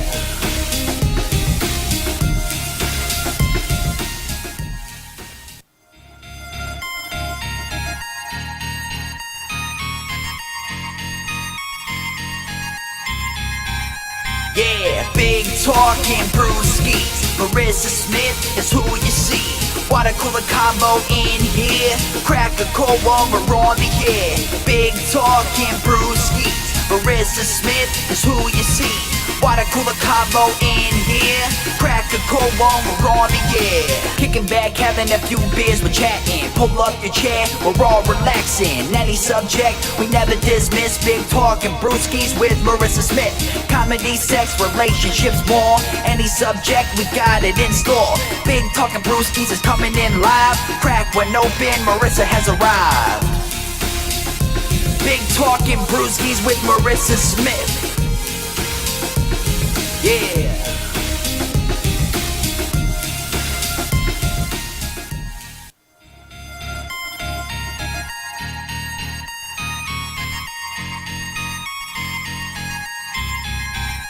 Yeah, Big Talk and Brewskis. Marissa Smith is who you see. Water cooler combo in here. Crack a cold one, we're on the air. Big Talk and Brewskis. Marissa Smith is who you see. Water cooler combo in here. Crack a cold one, we're on the air. Kicking back, having a few beers, we're chatting. Pull up your chair, we're all relaxing. Any subject, we never dismiss. Big Talk and Brewskis with Marissa Smith. Comedy, sex, relationships, more. Any subject, we got it in store. Big Talk and Brewskis is coming in live. Crack when open, Marissa has arrived. Big Talk and Brewskis with Marissa Smith.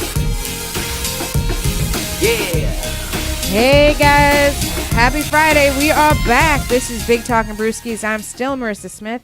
I still have Rodna Daniels with me. What's up, guys? Happy Friday. And we are joined with Lynette Palladino. Heyo. So, Lynette, how was your week? My week was fine.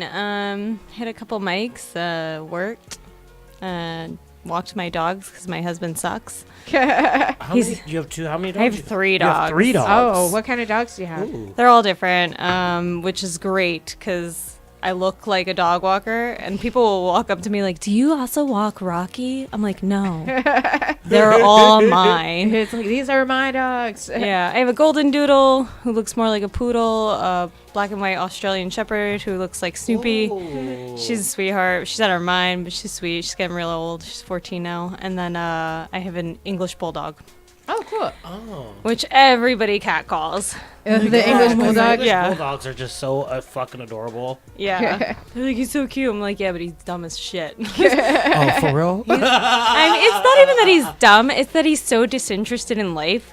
Like, Yeah. he just doesn't care. He's like, I don't. He's just like, I'm a bulldog. I'm just here. Yeah. Just He's feed like, me. I'm just done. feed me and something to lay down. When I came home from Iraq, I mean, I hadn't seen him in 10 months. He, like, looked up at me and was just like, oh, it's you. Hey. So, what were you doing in Iraq? I was deployed there. That was my 3rd deployment. I was fighting ISIS, guys. Okay. Thank you. Thank you for fighting ISIS. What branch of the service were you in? Army. Army. Okay. How long were you in the army for? I've been in 11 years. I'm still in. Oh wow. Like, Wow. are you Yeah. just like is that like kind of like, I don't really know how it works. Like, is it like reserves or it's like, oh, okay. Yeah, so I belong to the New York National Guard, which is the same as the reserves, except we have a state mission in addition to a federal You're mission. on camera though. Just needed to tell you that. I come from a military background. My mother was in the Navy. My father was in the Navy. My grandfather was in the Navy. I was about to. Oh wow! But when I first started comedy, I was obviously in the military town. There was a lot of comics who were still in the military. Do you have to censor your material? You do, and it's actually gotten to the point where I'm kind of a little bit frustrated by that censorship. Right. Oh wow! But basically, like, you're allowed to have opinions, and you can disagree with the current administration, but you can't talk shit. Right. Like, Right.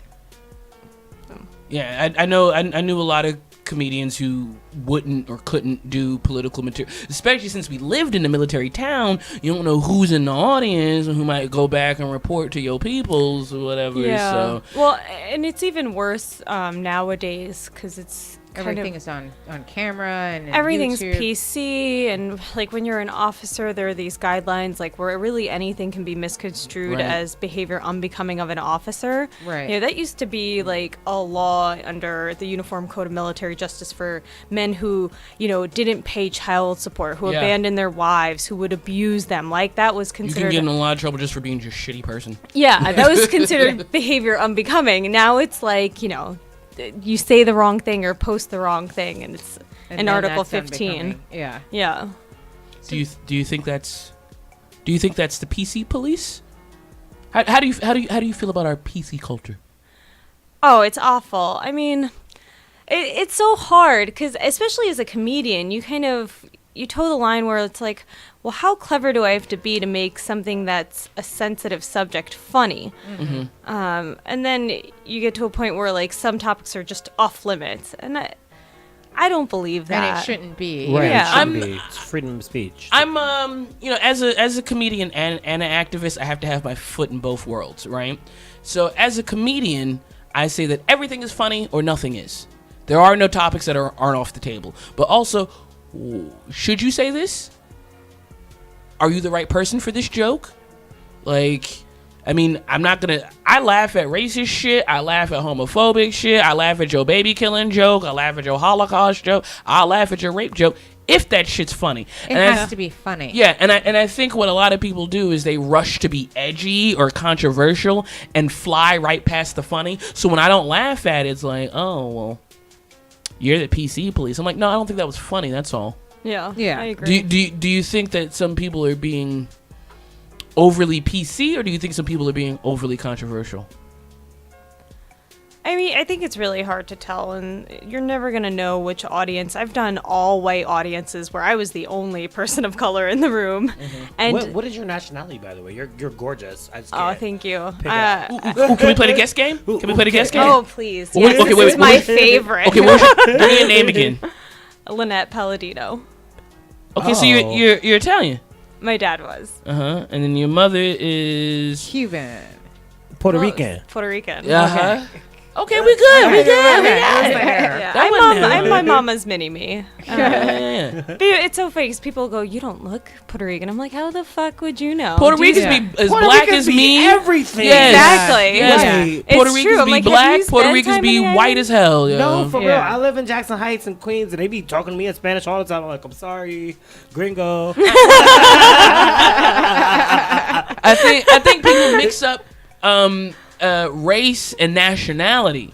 Yeah. You know, you can be a white African.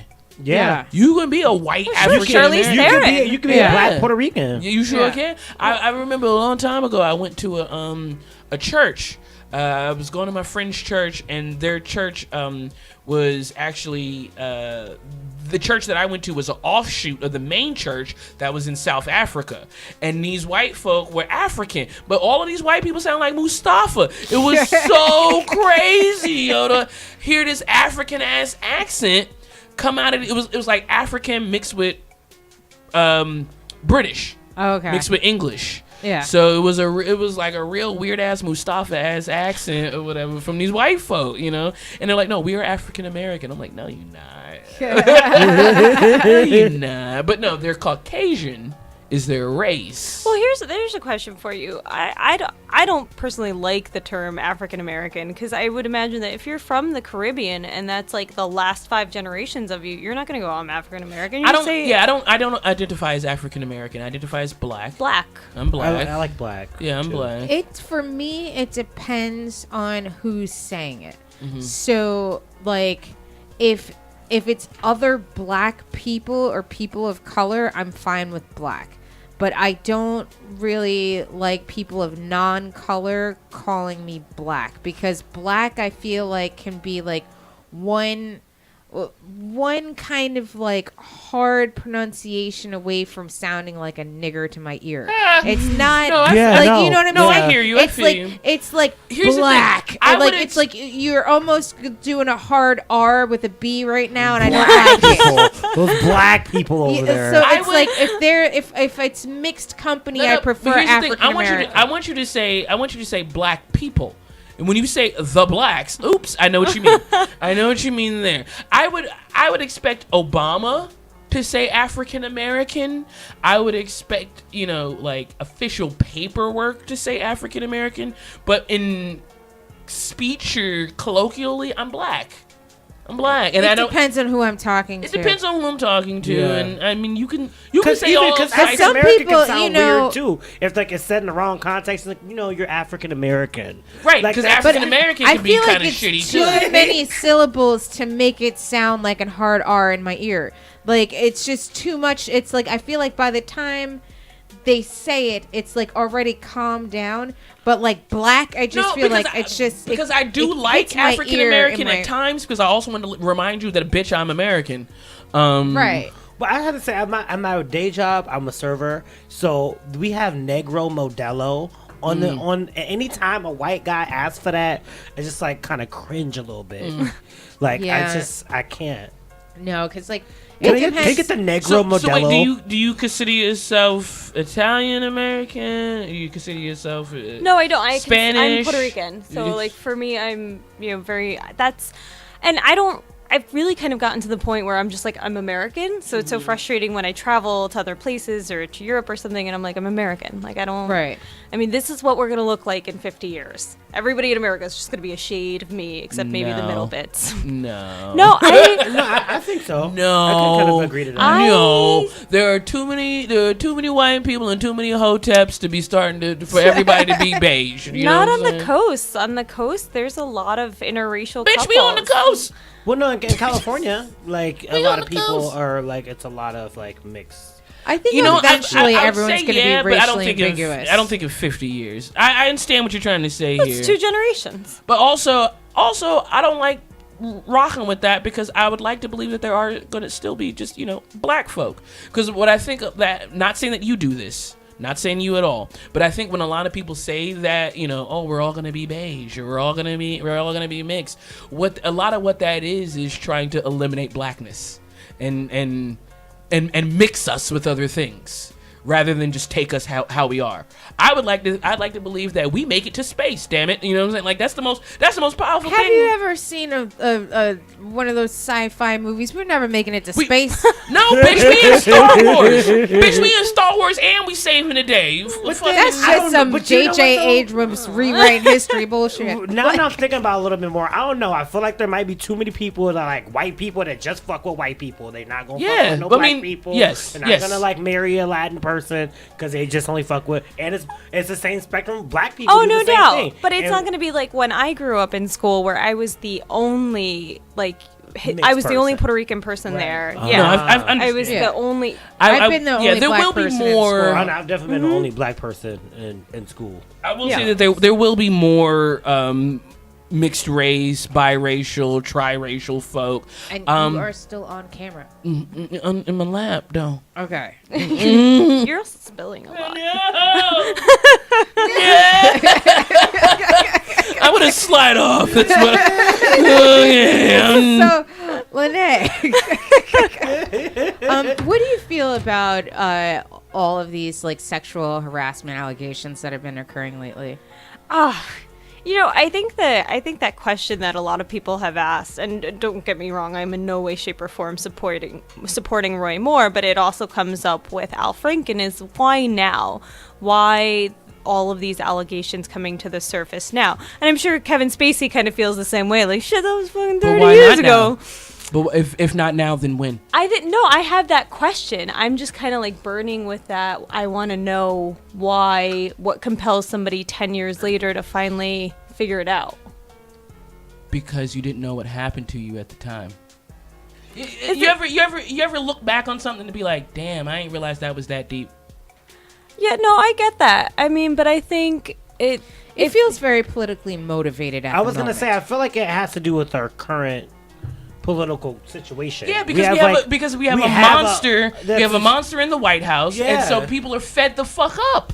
Yeah, people are fed up right now. Why? If not now, then when? The whole grabbing by the pussy, that made like... Now, even if you do say, all right, there should never be a deadline. You can come out with that whenever you want, whether it's 10 years, 20 or 30 years later. At what point does somebody's record say, you know what, he fucked up, he acknowledges it, but he's also done X, Y, and Z? I think we take that on a case-by-case basis. Okay, I mean, and that's kind of like... Because if you talk about somebody like Trump, or if you talk about somebody like Harvey Weinstein or whatever, they have a very long history of this. Right, I agree. And it comes and it like goes Weinstein right up, is like 30, 40 years. Yeah. Right, it's a long history going right up until like last the fuck week. You know? But then you have other people who, you know what I'm saying, they might have made a bad decision years ago, and then they've moved on from that. But that still doesn't mean that you get to escape the consequences of your bad decision. But it seems like some people are escaping those consequences. So, like, you've got Trump, for instance, who allegedly had sexually assaulted 19. At some reports 19 women or so. And then you also have like Woody Allen, who married his daughter. Like, he does not seem to be suffering any consequences. And I do think that is a good question. Who suffers consequences and who doesn't? Because I think it needs to be unilateral, and I think it needs to be across the board. Nothing in our society is unilateral, and nothing is across the board. I think, except if you're black, you're gonna get the book thrown at you, and everybody else. No, because R. Kelly's still rocking. No, that's not true, because if you take the Brian Banks story, I don't know if you guys know this story. So Brian Banks was a football player. He was on track. Every college in the country wanted to recruit him, and this young 16-year-old girl accused him of violent rape in the school hallway. No evidence. There was nothing to indicate that she had been physically assaulted. But he was black. He was a youth. He wasn't going to, win before a jury. They told him to take a plea bargain, and his life was destroyed because this girl told this story. And then you take the story of... But here's the thing. As much as my heart goes out to this person who, he was later exonerated or no? Well, so let's take the two examples. Brian Banks took a plea bargain, and his plea bargain was not simple. Like, he had it was a long time because it almost ended his chances for entering the NFL. And then you have Brock Turner, who got 6 months plus the time he had already served in waiting for trial counted towards his whole service. And it's just like, wait a minute, this is somebody who actually did physically and violently assault someone, and there was a witness and physical evidence. There is physical evidence and also white supremacy. White supremacy will hold up a white man longer, faster, and harder than a black person. But I just said that the difference is that if you're a black person, the book will be thrown at you. Exactly. This is the point. But I'm saying is that white supremacy will uphold the white person for longer, but then there's also male privilege, which is why people like R. Kelly continue to rock, which is why people like Russell Simmons, who is right now, every day a new woman comes out against him, and he done repurposed the goddamn Me Too hashtag to say hashtag not me. Super gross. But my thing is, okay. But wasn't that what the whole Jay-Z controversy was when his documentary came out? It talked. No, I'm sorry, not Jay-Z. I never saw the movies, so I couldn't tell you because I was deployed. So everything's like a cultural black hole for me. No, it wasn't Jay-Z. out of Compton. Dr. Dre. Dr. Dre. Yeah, sorry. I mean, the only other thing that goes into play here is that people don't believe black women as much as they believe white women. So there's that racial dynamic as well, is where you can prey on black women for way longer and slide because we're sluts. So that's like a actual like sociological study that's been done, is that it's believed that black girls are not as innocent as white girls, and fast girls. Like even from young ages, from like let's say, I believe it's the cutoff is like 5 years old. Is that from 5 years old, black girls are not perceived to be 3 years older as a white girl is at their contemporary. So that very often. They will say, this you brought person it on molested yourself. me, blah, blah, blah. And then it's like, oh, either they don't believe them or they brought it on to themselves or, they're some sort of Lolita and then they were like, enticing and seducing this older man into, but, the R. Kelly thing is... I want to say this. I'll say this. The statistics of a woman lying about her rape is very low, right? That does not mean that doesn't happen, but oftentimes, and this you have to talk about the numbers inside of the numbers, right? Oftentimes, when a woman is making up an accusation of rape or sexual assault, she's not 100% lying. She may be exaggerating or whatever, or B, there is a deeper issue in play. Right, so I knew of back in high school. I knew of a girl who accused her stepfather of rape, and he hadn't. But just because he wasn't raping her doesn't mean that he wasn't being a drunk, shitty person. You know what I'm saying, and endangering the entire household. But the only way that she thought she could get somebody to listen was to say rape. So oftentimes, when these stories are made up, they're not entirely made up. And then the other thing is that also women recant stories because of pressure, because of police pressure, because of social pressure. They will take it back, and that counts as a made-up story, and it might not be made up at all. And so what I would say is that I believe that every woman deserves to be heard. Does every woman deserve to be believed? Maybe not, but I feel like every woman deserves to be heard. And with the society that we live in, the odds that a bitch is lying is hella low. I have a question about like women that have taken a settlement.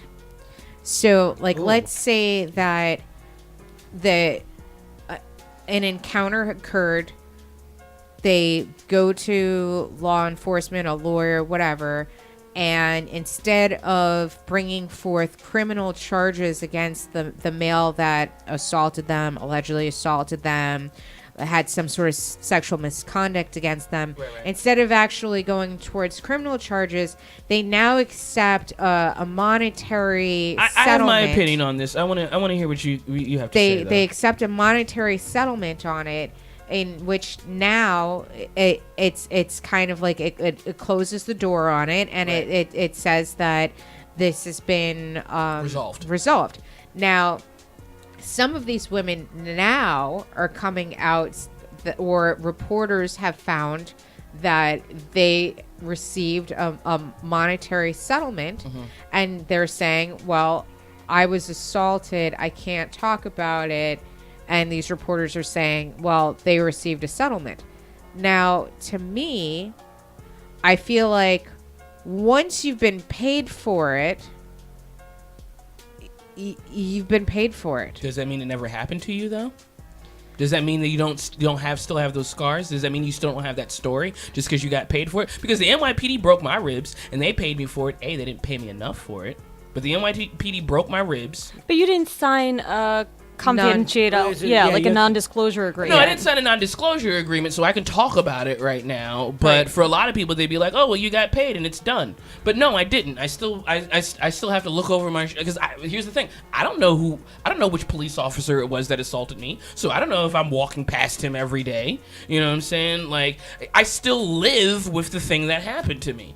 But you didn't sign a non-disclosure. Well, I'm sorry. So what is your question? That they shouldn't be speaking about it? Or how do we feel about women who take settlements? Because I know there's reasons why people take settlements.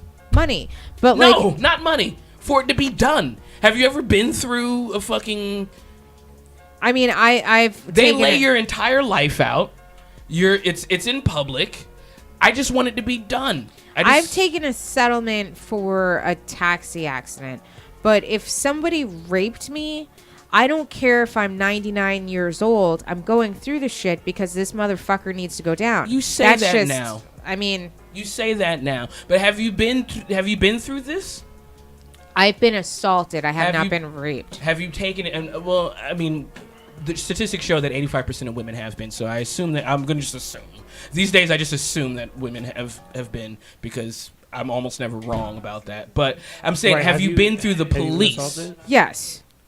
Right. And I went through the courts. You understand how arduous that is. Yeah. So if I can just take some money and be done with it, a lot of women just take the money and be done with it. But I don't even think those settlements happen in that becomes a personal lawsuit between your lawyer and their lawyer. It's not. It's a civil. You're not bringing criminal. Right.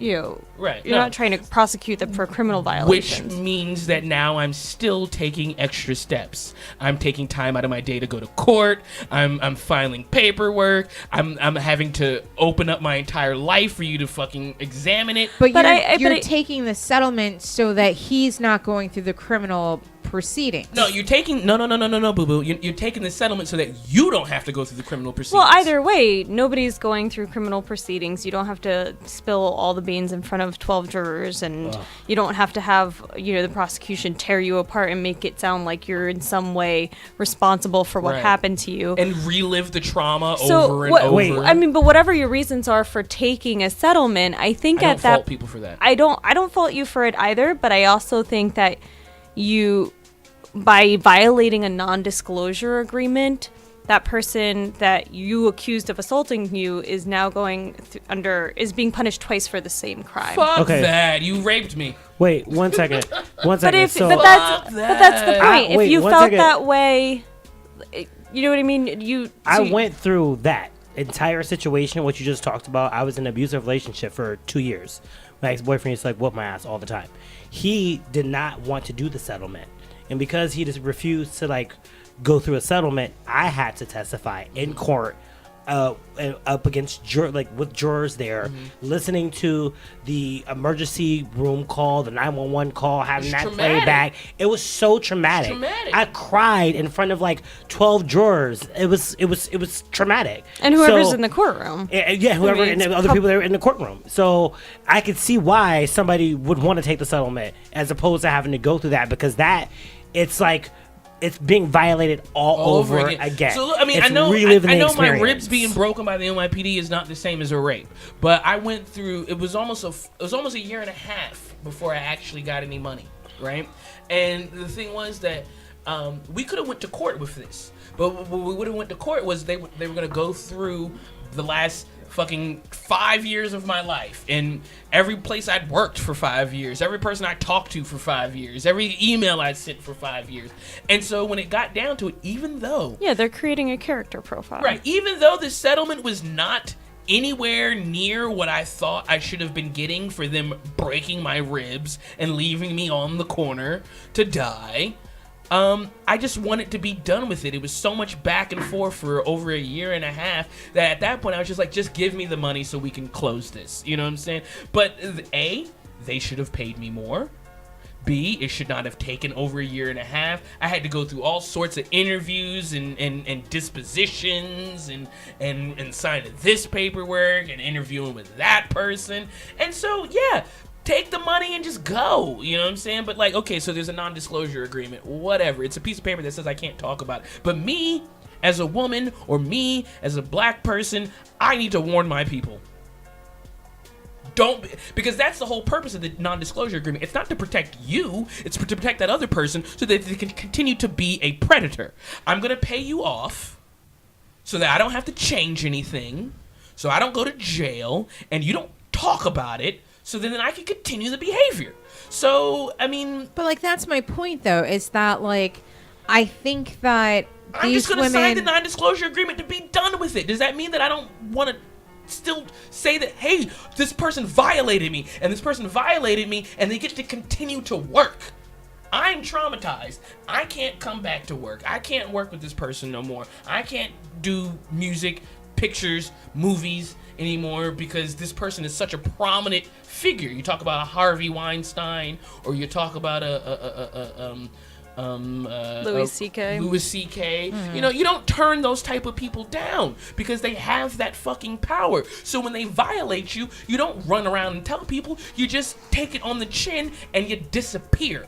So while we're so sad about Louis C.K. losing his career, we got to think about all the other millions of. You know, I'm not sad. He was never funny. Go on. No, I'm not Yes, but I'd like to hear you finish your thought on that. Like I don't think so. Here's my problem with taking the settlement, and I understand, and I've never been raped, but I've had a situation where I've had an ex-boyfriend assault me. I had a concussion. I had night blindness for 6 months. I had to go to the court with him. I had to have restraining orders against him. He was stalking me. I had to be escorted around campus with security when he was spotted. You know, so like I understand that part. And he also was a trust fund baby, and I also could have taken a settlement. And I did not take a settlement because for me, cashing out in the short term was not worth in the long term making sure that this was a part of his history forever. Right. And you know what? I said the same thing. I says I'm going to fight the NYPD because no matter how much or how little money I get, this officer that hurt me needs to receive consequences. Right? I said the same exact thing. But the longer this thing took and the more it played out, I was exhausted. And him being, you know, the NYPD being the NYPD, they got all day. They could do this with me back and forth all day. I have to think about me and my self-care and my self-preservation. I don't want to do this.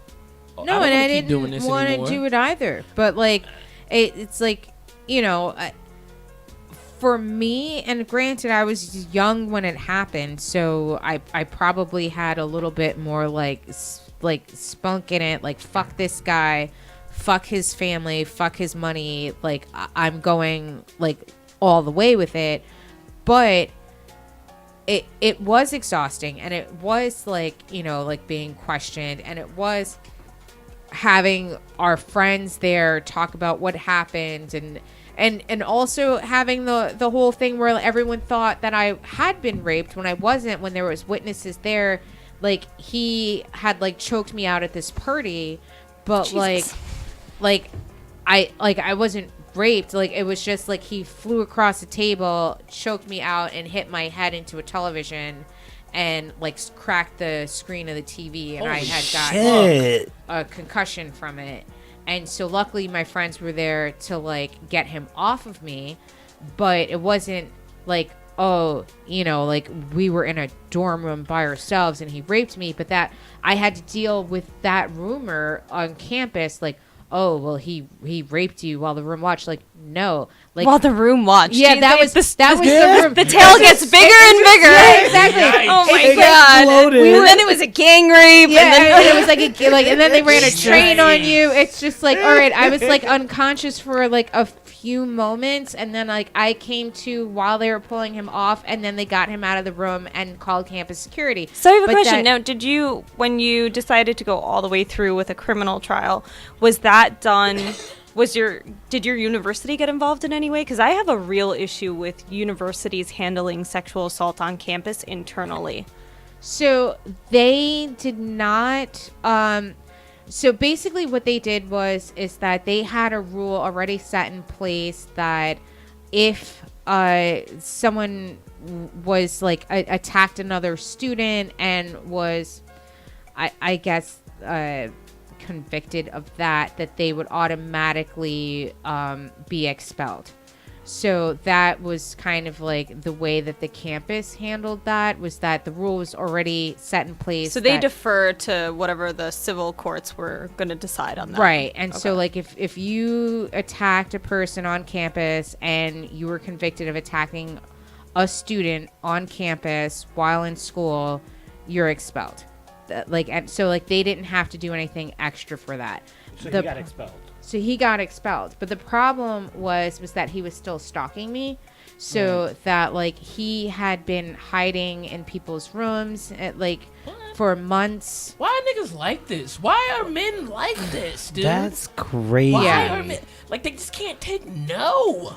But that's, I mean, I would imagine he was around the same age as you. Like, that's in. We were 18. So, At 18 years old to have to go through that? Yeah. That's crazy. Like yeah. Why is niggas like You shouldn't have put it on him like that, Marissa. Well, I told you this pussy can get You're not gonna victim blame Right, me. hello, That nigga right. was crazy. He couldn't handle good pussy. That's Right. all it is. I've had good pussy before, and they cut me off, and I'm just like, okay. It's like, I I gotta don't know. go find another Sometimes one. you get that good dick, though. I'll be like, wait, why you not picking up no more? I mean, the level of crazy I get is a different. I'm like, I'm not stalking you. I'm not stalking you, I'm not trying though. to throw you through a TV and some more shit. Yeah.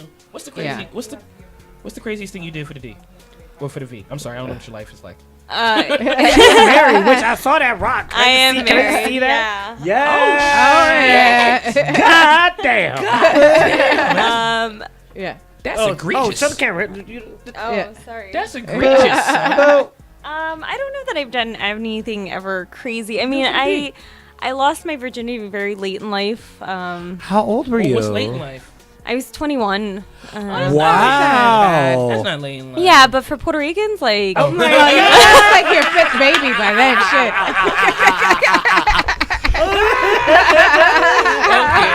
Yeah, for Puerto Ricans and for Italians. All right. Okay, All right. Puerto Rican and Italian, right? Okay, late bloomer, we got you. Straight up. Your mom was probably asking, like, so. What's wrong? Mijo. yeah. I mean, I'm still on one hand, and 3 of those I was engaged to. Oh wow. Okay. Okay, like that. All right. Okay, like that. It'd be all our hands and a couple of our toes. This bitch for me. Shit. There ain't enough digits in the room right now. Well, I'm on hands and feet at the moment. Hands Okay, and feet. great. I'm on hands and feet. I'm on my hands and feet, your hands and feet. Who in here? Right, let's say right.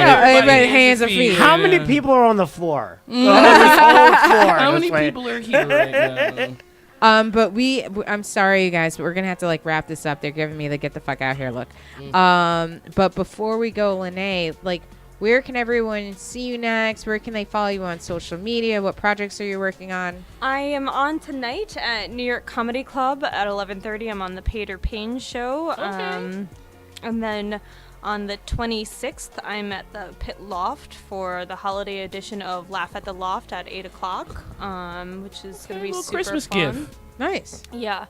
And That's a then- good space. I was just there like last week. Yeah, you know what? It's a little bit awkward, I think, Yeah, at it's so first. small. That but, like- staircase, but then when you get in But there, then when it's you a lot get of in fun. there, It's really just, intimate. It's so intimate. I was looking people in the eye. Yeah. Like, I just love that it's a proper, like, it's a black box theater. Mm-hmm. So, like, you have a great sound system there. You have stadium seating. There's no pressure to drink. It keeps the cost of the show really low. Like, it's $7 to get in. Yeah. I mean, it's just, I really like it. I Yeah. mean, the problem Yeah. is when there's like 12 people, there's 12 people. Yeah. And you feel it. Yeah. It's not like at the Lantern where like 12 people's half the room. Yeah. Yeah. But And where can they follow you on social media? I am l.a.palladino Okay. On what? on Facebook. There we That's go. all I Okay. I have Twitter and I have Instagram and I don't really know how to even use them. I have an Instagram with literally 12 photos on it. oh. And I have like a couple thousand followers. And it's just 12 pictures. I haven't put another picture on my Instagram in 2 years. See, I'm the So- opposite. I don't tweet at Instagram. Yeah. So now, Rodney, where can everyone see you next? You get. I'm actually going to be hosting at the Broadway Comedy Club December 22nd. about to say tonight? Not tonight. No, not. Oh, December 22nd. That's right. That's your show. Fashionably Yeah. Funny 10 o'clock. with Marissa Smith. So What the fuck? Why They you ain't come- book me yet? come- Pause. Hold on. Why you ain't book me yet? What, I will book you. Okay. I will also be at Broadway Comedy Club on December the 22nd for Fashionably Funny. And I will be at the Pit Loft on the 30th for Mothball's Comedy Show. Follow the show on Twitter at Big Talk and Brew. Follow me on Twitter at Marissa Smith. And remember, you guys, Ray Moore and Omarosa got the boot on the same fucking day. We forgot to fucking talk about Omarosa. We didn't talk about Omarosa. Happy You Friday, got what you got, guys. bitch. Stay warm. Make some chili and fuck Trump. Have a good night. Bye. Yeah, Big Talk and Brewskis. Marissa Smith is who you see. Water cooler combo in here. Crack a cold one, we're on the air. Big Talk and Brewskis. Marissa Smith is who you see. Water cooler combo in here. Crack a cold one, we're on the air. Kicking back, having a few beers, we're chatting. Pull up your chair, we're all relaxing. Any subject, we never dismiss. Big Talk and Brewskis with Marissa Smith. Comedy, sex, relationships, more. Any subject, we got it in store. Big Talk and Brewskis is coming in live. Crack one open, Marissa has arrived. Big Talk and Brewskis with Marissa Smith.